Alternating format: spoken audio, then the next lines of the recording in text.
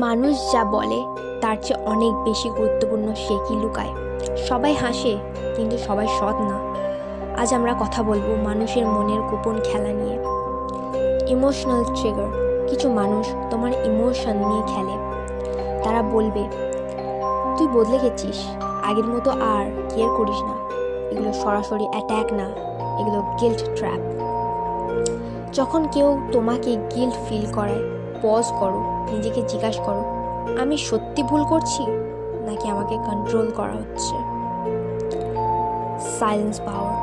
সবচেয়ে ডেঞ্জারাস মানুষ সে না যে বেশি কথা বলে, সে যে চুপ করে থাকে। সাইলেন্স অনেক সময় প্রেশার তৈরি করে। কেউ যদি তোমাকে ইগনোর করে, সে হয়তো তোমাকে কনফিউজ করতে চায়। শান্ত থাকো এবং ইমোশনালি রিয়্যাক্ট করো না। কিছু মানুষ তোমার পার্সোনালিটি কপি করবে।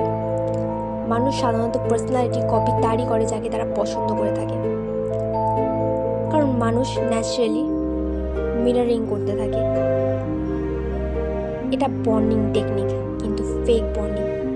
অবজার্ভ করো, ওরা কি শুধু কপি করছে নাকি সত্যি কনসিস্টেন্ট এই বিষয়ে। Control the frame. যে কনভারসেশন কন্ট্রোল করে সে গেম কন্ট্রোল করে। যদি কেউ টপিক ঘুরিয়ে দেয়, তোমাকে এফেক্ট করে, সে ফ্রেম বদলে দিচ্ছে।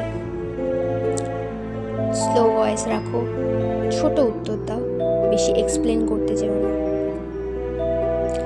মনে রাখো, মানুষকে ম্যানিপুলেট করা স্মার্ট না, মানুষকে বুঝে ফেলা স্মার্ট।